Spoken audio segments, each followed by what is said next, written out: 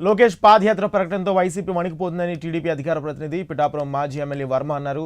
ప్రభుత్వ వైఫల్యాలను అన్ని వర్గాల ప్రజలు బయటపెడుతున్నారని భయపడిపోతుందని అన్నారు. మీరంతూ ఉలిక్కిపడకపోతే పాదయాత్రకు ఎందుకు సహకరించడం లేదని ప్రశ్నించారు.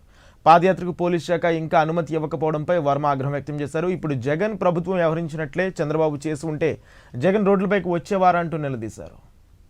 పాదయాత్రకి 12వ తారీఖు నాడు అప్లికేషన్ పెడితే నిన్న డీజీపీ గారు ఉత్తరం రాస్తూ 400 రోజులు అంటే సుమారు 13 నెలలు.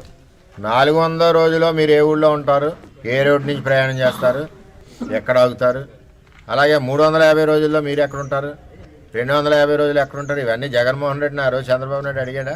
ఆ రోజు డీజీపీ ఉన్నాడు కదా, డీజీపీ గారు ఏ విధంగా ఫైల్ క్లియర్ చేశారు, ఏం పర్మిషన్ ఇచ్చారు ఆ రోజు? ఆ పర్మిషన్కి జగన్మోహన్ రెడ్డి ఏం లెటర్ పెట్టాడు? నేను 400 రోజులు ఎక్కడ ఉంటాను, 300 రోజులు ఎక్కడ ఉంటాను, సాయంత్రం ఏం చేస్తాను, పొద్దుట ఏం చేస్తాను, లెటర్ పెట్టలే కదా. పగలేం చేస్తాను, మధ్యాహ్నం ఏం చేస్తాను. ప్రజలు కలుస్తారు, సమస్యల మీద ప్రజలు వస్తుంటారు, వెళ్తుంటారు, యువకులు కలుస్తారు, నిరుద్యోగ సమస్యల మీద 3 మంది కలుస్తుంటారు.